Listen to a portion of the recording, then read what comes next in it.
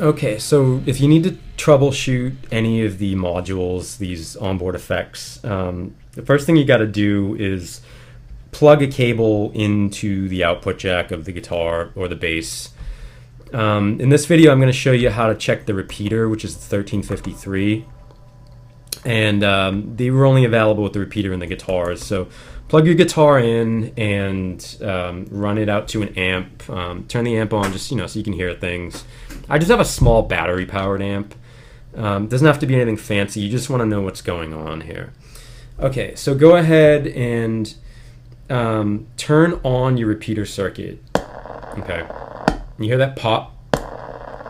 It's totally normal. The effects get power by the input cable going in and completing the ground, but the repeater doesn't actually get power until the hot is connected with that switch. That's why you hear that inrush current pop. It's totally normal. They're all like that. And additionally, there's your clean signal. And then when you turn on the repeater, there is a little bit of volume drop. That is normal. What's not normal is all that nasty noise and static you hear. Okay.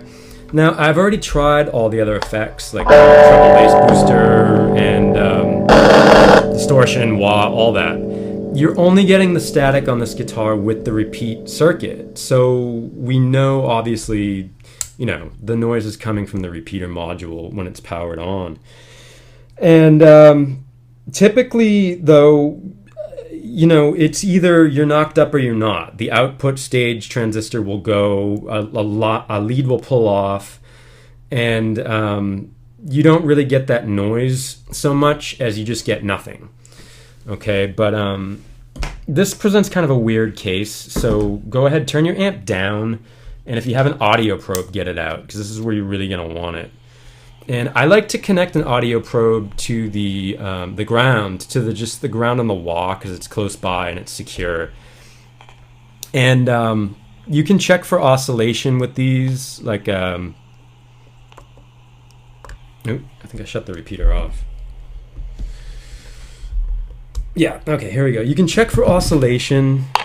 You hear the ticking at the 2N2646 transistor, the unijunction, and then over at the BC109 that makes up your oscillation circuit. You can check and see that the oscillator is functioning and it changes speed with the control. There's different ways to do that. But what you're looking for is where is the problem area, and it's almost always in the output stage. And the bass, yeah, there's the collector. I don't know if you can see this, of the output stage, and there's your static. So we know that's what needs to be replaced. This transistor's on its way out. What's really weird, though, about this guitar is not just that it's creating noise rather than just completely cutting out at all. But what's weird about it is that some of the earlier models didn't have a 2N2646. They have an earlier part that I assume was house numbered for Vox. It's a General Electric 4JX5E637. Don't know if you can see that, but that part is right here. It is a 2N2646 unijunction transistor. It's just an earlier form, and you only see those in the early serial numbers.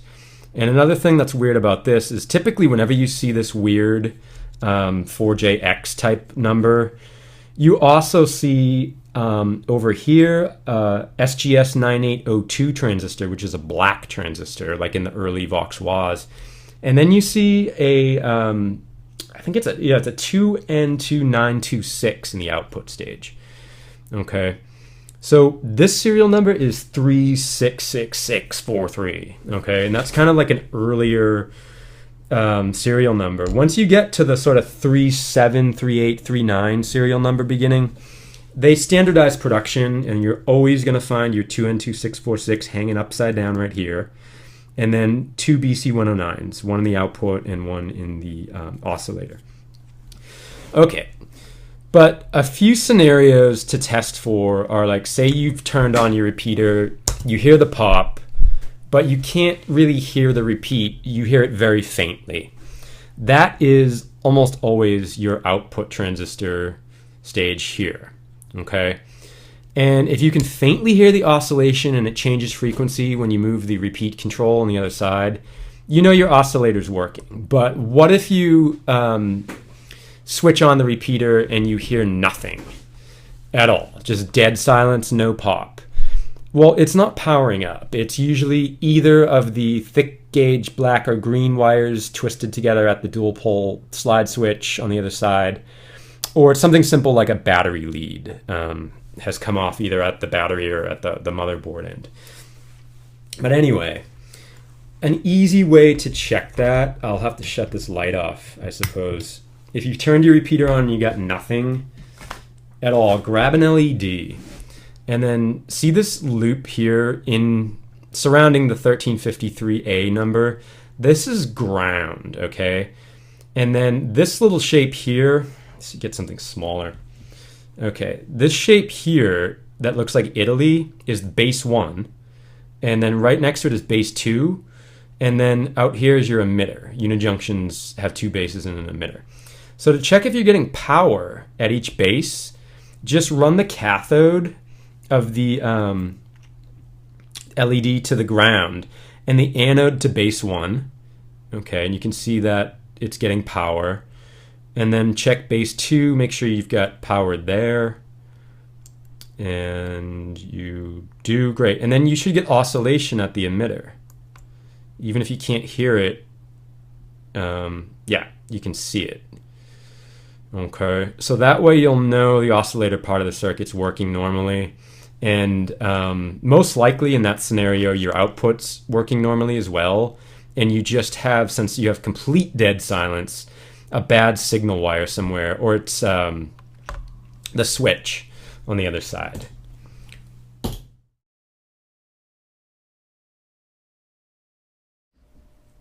Okay, so if your guitar's all original, at the front of the guitar, at the repeater, dual pole, dual throw slide switch, you're going to see an original wiring scheme that looks just like this. And your reverse 100K audio taper potentiometer is here. They connected the wiper and lug 1 together and left lug 3 open to effectively make it a rheostat. The green is going to go back here to your motherboard near the repeater module, and the red, these thin gauge wires. And those are your rate control. Okay, now up here at the switch, the yellow is your input for the circuit. That's going to go back to the motherboard, and then all the way across on the bottom row, the white, that's connected together here with a blue. I don't know if you can see this. Those two are connected together. Sometimes this blue too will be green. If you see a thicker gauge green down here as well as this one up here, the bottom one where the blue is the same thing in function as the blue, which is actually hardwired out to your volume pot, which then goes out to your output jack. Okay, so you can see the white being the output of the repeater is hardwired always to the output jack, to the volume pot before the output jack. And then the wiper of the volume pot connects to the tip of the jack. And then lug 3 is connected to your E-tuner. That's why when you turn your volume all the way down, you can hear your E-tuner. Because as you lower the volume for the effects, you're increasing the volume of the E-tuner.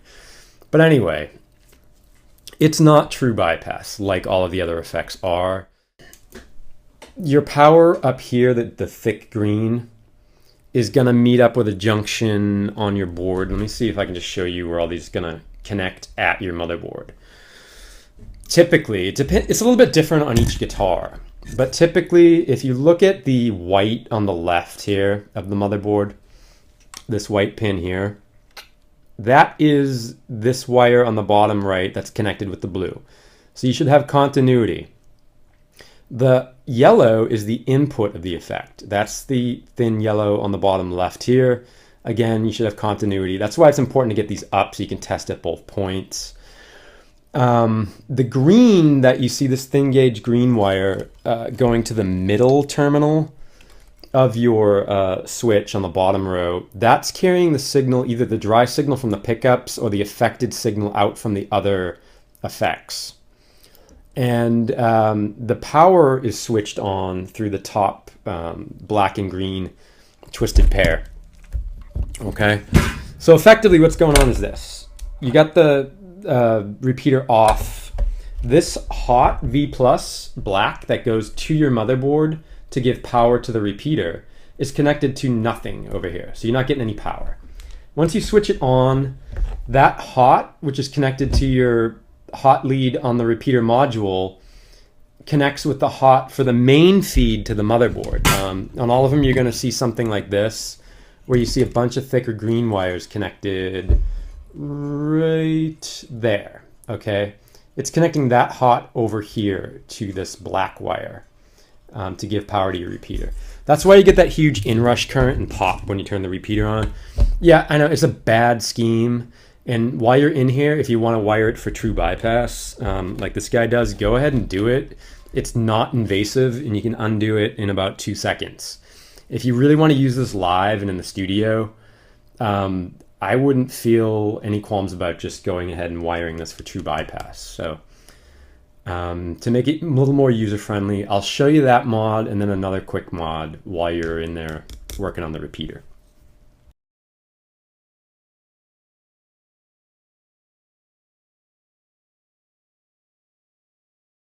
Okay, so if you want to wire your repeater for true bypass like the other effects while you're in here, it's really easy, and here's how you do it.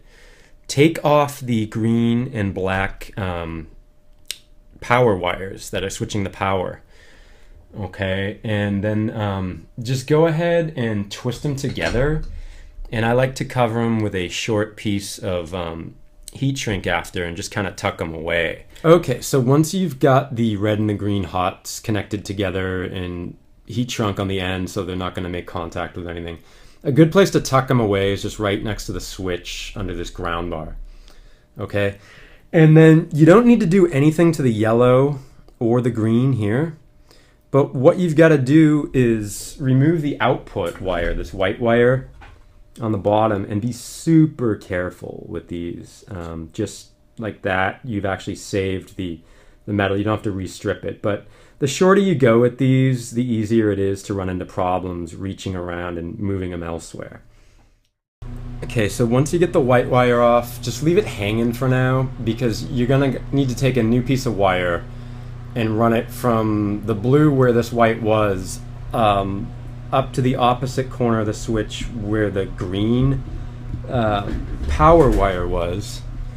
Let's see if I can get this in there, and just be really delicate. You know, use desolder braid or solder sucker if you have to, and especially just be really careful with the signal wires, the thinner gauge wires, because I just can't really stress that they're just hair thin and they will break. So anyway, once you've got that on, just go ahead and connect the white wire across from where it was. Sorry, not across from where it was. Connect it to this middle terminal where the black hot was. Okay, and then you're done. The yellow's still here, same place it was before. The green, again, don't touch it. The blue, don't touch it either. Just remove the white, and then run a shunt from here to here. Doesn't have to be bare wire like I used. I just use that because the other switches that are wired true bypass also use the same bare 22 gauge tinned wire. If all you have is regular wire, that's fine. And then move the white up to the middle terminal here. Button it back up. That is the true bypass mod. If you want to undo it, just move your white wire back, take this wire out, move your two power wires back, and it's as original.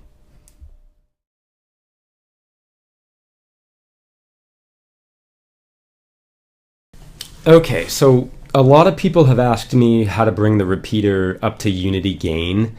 because it drops a lot of volume. And then people that actually play these things live or use them in the studio, you know, they find it to be an issue. Unity gain mod that everyone asks about is just to drop this 3.3K emitter resistor to 1.5K. And that usually does the trick for every guitar because the output on the pickup seems to be pretty consistent. And if you really wanted to be slick, I suppose you could plug this back into the breadboard and hook up a dual pole, dual throw switch and check the dry against the affected signal. And I suppose you could even put in a rheostat and taper it to the exact unity gain you wanted. But just trust me, a 1.5K will work well for you. So if you're looking at the bottom collector where it meets up with the 47 nanofarad tropical fish, and incidentally, while we're here, the anode of a germanium diode. And this germanium diode isn't in the plug-in units, probably for good reason. It doesn't do anything, okay? Like electrically speaking, it's not. They're not using it as a clamp. It's not a Schottky. I don't know why it's there. So if it happens to break, it is glass. You can just replace it with a wire shunt. So anyway, collector, base, emitter. From this side, collector, base, emitter. Drop this emitter resistor to 1.5K from 3.3K if you want to get it up to unity gain.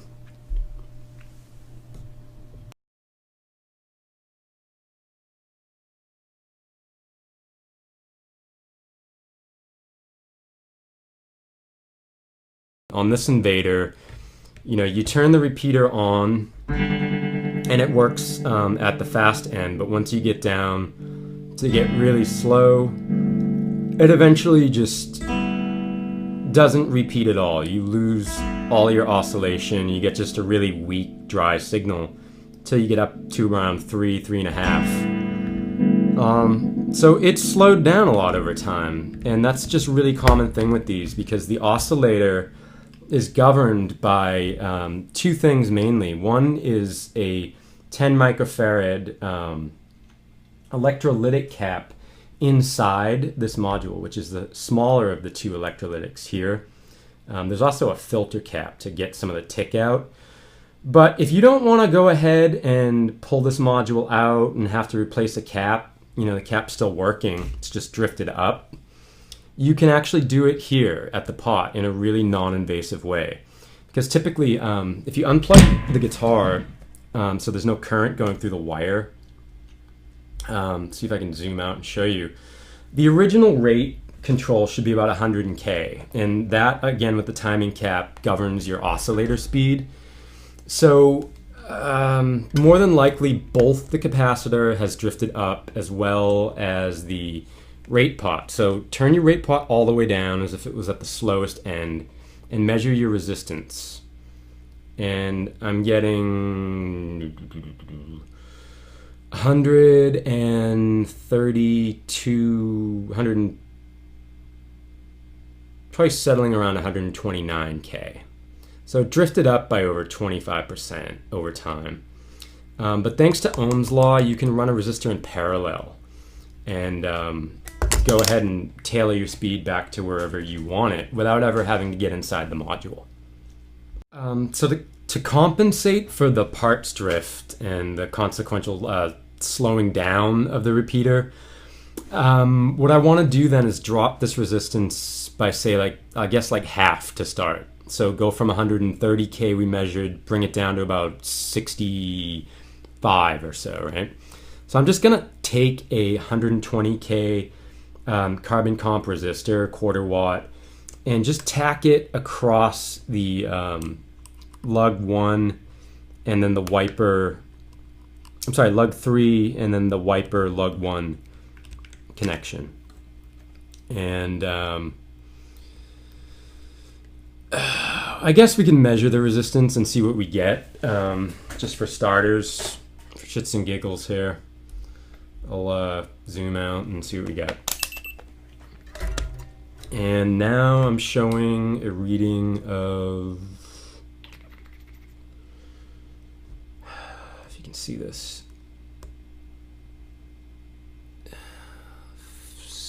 60, it's creeping up, like 64K, which should be in the ballpark. You can try different resistors to suit your needs, and turn the repeater on. I'm sorry, plug the guitar in again, that would help. Turn the repeater on. Yeah, and the slowest speed is right about where I want it. And then it goes all the way up to the fastest with no cutout. It just, you know, pretty much as original.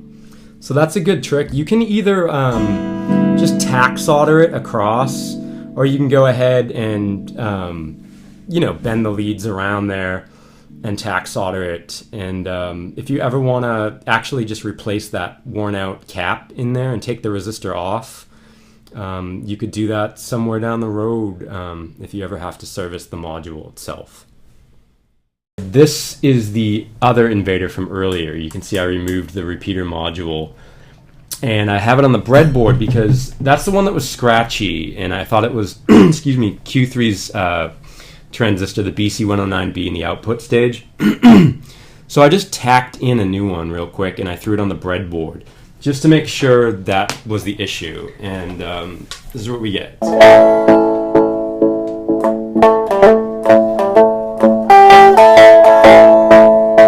And it's working throughout the repeat range without any static noise.